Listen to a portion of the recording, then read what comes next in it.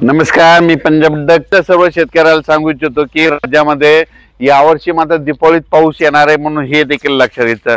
कारण की यावर्षी दिपावलीत पाऊस येणार हे देखील तितकं खरं आहे, पण त्याच्यानंतर राज्यात मग सगळ्या राज्यातला पाऊसच कधी निघून जाणार आहे। दिपावली झाल्याच्या नंतर राज्यातला म्हणजे सांगायचं झालं तर म्हणजे 2 नोव्हेंबरला मी पहिल्यापासून म्हणतो ना, 2 नोव्हेंबरला महाराष्ट्रातले सगळे शेतकरी सगळे जनता स्वेटर घातलेले दिसतील अशी थंडी येणार मी खूप दिवसापासून 1 जानेवारीपासून सांगत असतो। म्हणून हे जे थोडाफार पाऊस येणार ते सर्वदूर नसणार आहे, कुठेतरी तुरळक भागात भाग बदलत पडणार आहे। म्हणून हे देखील सगळ्या शेतकऱ्यांनी लक्षात घ्यायचं। आता पाऊस निघून चाललाय त्याच्यामुळे सर्वदूर पडत नाही, म्हणून हे देखील सगळ्यांनी लक्षात घ्यायचं। सोयाबीन काढण्यासाठी चांगलं पोषक वातावरण आहे, तुम्ही सोयाबीन काढू शकता। त्याच्यानंतर मशीन मधून काढा, काढल्याच्या नंतर झाकून देखील ठेवा।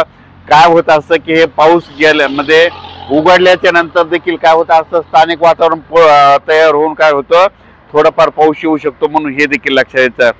पण राज्यात आणखीन परत एकदा सांगू इच्छितो की 20 पर्यंत राज्यात भाग बदलत पाऊस पडणार आहे, सर्वदूर काही पडणार नाही। म्हणून खास करून हा शेतकऱ्यांनी अंदाज लक्षात घ्यायचा। नसता शेतकऱ्याला वाटेल की हे सगळीकडे पडतो का काय, सगळीकडे नाही पडणार, काही भाग सोडून देईल। म्हणून ज्यांचा हरभरा पेरायचा असेल, ज्वारी पेरायची असेल, जर तुमची जमिनीतली ओल हडकत असेल तर तुम्ही तुमचं पेरणीचा निर्णय घेऊ शकता, तुम्ही पेरू शकता, म्हणून हे अंदाज लक्षात घ्यायचा।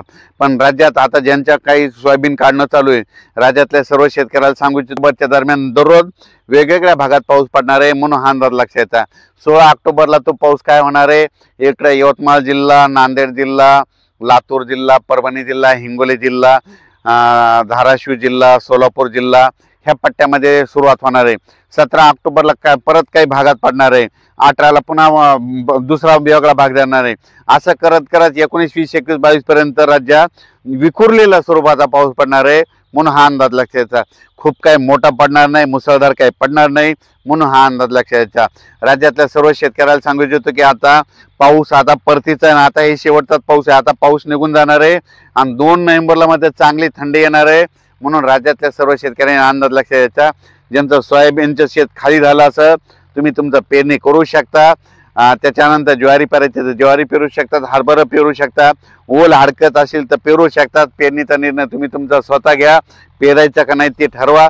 फक्त तुम्हाला एक सांगू इच्छितो, राज्यात मात्र 16 ऑक्टोबर ते 20, 21, 22 ऑक्टोबरच्या दरम्यान दररोज वेगवेगळ्या भागात तुरळक ठिकाणी पाऊस पडणार आहे, खूप काही मोठा पडणार नाही, म्हणून हा अंदाज सर्व शेतकऱ्यांनी लक्षात घ्यायचा।